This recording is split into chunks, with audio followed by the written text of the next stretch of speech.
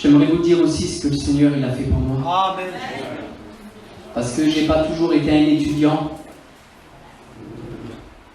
Et la vie, elle nous a pas fait de cadeaux. Et c'est pour ça que mon cœur, il veut louer Dieu. Parce que même si j'ai plein de fautes, et si j'ai plein de manques, Dieu sait que j'en ai. J'oublie pas une seconde d'où c'est que le Seigneur il m'a sorti. Il n'y a pas un matin que je me lève et que je ne me rappelle pas.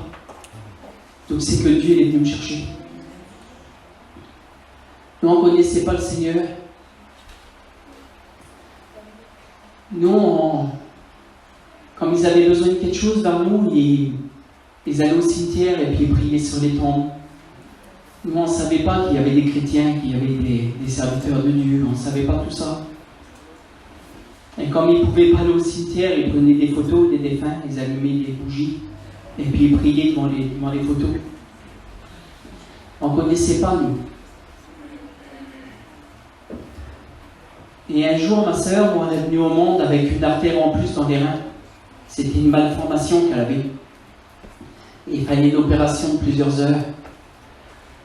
Et puis, je vous dis, nous, on était dans les cités à Montreuil, là-bas, et on ne voyait pas de marmouches, on ne voyait pas de voyageurs. Ceux-là de nos familles qui étaient sur les places, on les voyait comme quelqu'un mourait. Ils venaient au veillage, à l'enterrement, puis on ne les voyait plus. On était ignorants de tout. On vivait comme des gardiens, on était ignorants de tout. Et un jour, il y a une femme qui est venue vers nous. Et cette femme-là, c'est une femme que ma mère, elle a toujours connue. Et cette femme-là, c'était une chrétienne. Et ma mère, elle a expliqué l'opération de la petite. Parce qu'il y a 30 ans en arrière, c'était pas comme maintenant. Et la femme, là, a chocardé sur nous, puis elle disait, Nita, c'est pas possible. Elle disait, c'est pas possible que tu sais pas ce que le Seigneur, il a fait sur les places, au milieu des marmouches. Qu'est-ce qu'il a fait au milieu de notre peuple, au milieu des voyageurs, qu'il y a des serviteurs de Dieu, prions pour les malades, et les malades, ils sont guéris. Elle disait, il y a des alcooliques qui ne boivent plus, il y a des drogués qui ne se droguent plus. Elle dit, si tu saurais ce que Dieu il a fait chez nous. Et nous, juste à côté de chez nous, il y avait une petite salle pas loin. Et on ne savait même pas qu'il y avait une salle. Et elle dit, moi je connais les serviteurs, si tu veux, ils vont venir prier pour ta petite. Et ta petite, elle sera guérie. Et ma mère, elle a dit oui. Et les hommes, ils sont venus chez nous.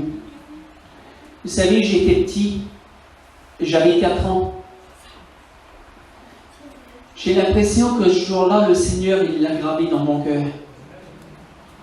Parce que ce jour-là, quand ils sont venus, il y a eu comme ce soir des cantiques, des témoignages, la parole de Dieu elle a été annoncée.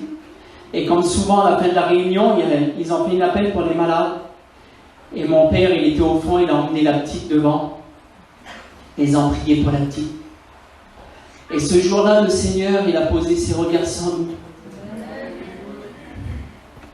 Parce que nous, on ne connaissait pas l'avenir, mais lui, il a connaissé le Seigneur. Et dès ce jour-là, il m'a pris dans ses mains, et puis il a pris soin de moi. Et ma mère, elle nous a élevés dans les choses de Dieu. Et j'ai aimé Dieu tout petit, j'ai toujours aimé le Seigneur, je l'ai aimé. J'ai aimé Dieu dans mon enfance. Et en 90, on est passé dans l'épreuve. J'ai mon père qui était comme vous et puis moi. Et un matin, il s'est réveillé, puis il saignait du nez, et puis il saignait de la bouche. Et il a eu une leucémie foudroyante. On l'a rentré à l'hôpital le vendredi, et le lundi, il n'était plus là. Mais le jour qu'il est parti, là, on devait aller le voir à l'hôpital, nous, parce qu'il avait demandé après nous. Et ma mère, ça l'avait arrivé dans la nuit, elle nous a mis à l'école.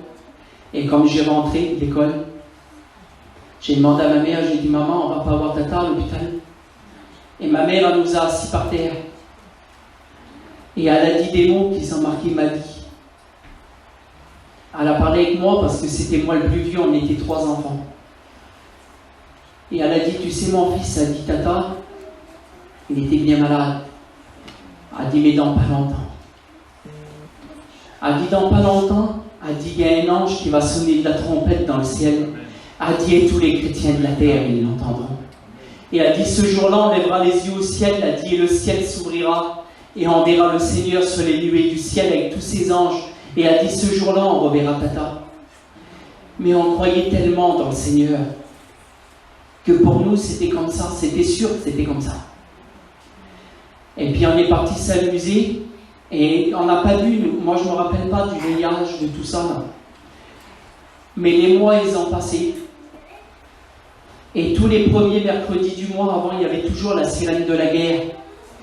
Et je croyais toujours que c'était l'ange qui sonnait de la trompette. Et ce jour-là, c'était un jour qui n'était pas comme les autres. Je m'ennuyais après mon père. Et puis il y a eu cette sirène de la guerre. Et je me rappelle avoir passé la journée à regarder le ciel en attendant que le ciel s'ouvre. Et je rentrais chez moi le soir. Et je me suis couché. Et j'ai parlé à Dieu. Et j'ai dit, Seigneur, je dis, c'est moi Thibaut. Je disais, Seigneur, fais attention que mon père, il n'aille pas foi. Et tu lui feras un tchoum et tu diras que c'est moi. Parce que nous, on savait qu'il ne fallait pas prier les morts. Que c'était une horreur aux yeux de l'Éternel. C'était marqué dans la Bible, ma mère nous l'avait dit. Et ce jour-là, je me suis couché. Et dans la nuit, le Seigneur, il a envoyé un ange vers moi. Cet homme-là, il était habillé en blanc. Il m'a réveillé de mon lit, il a enlevé la couverture et il m'a levé du lit. Il a dit, viens parce qu'il faut que tu voies quelque chose. Et j'ai pu vu le mur de ma chambre. Mais je voyais des escaliers à perte de vue. Et on a monté les escaliers et en une fraction de seconde, on était en haut.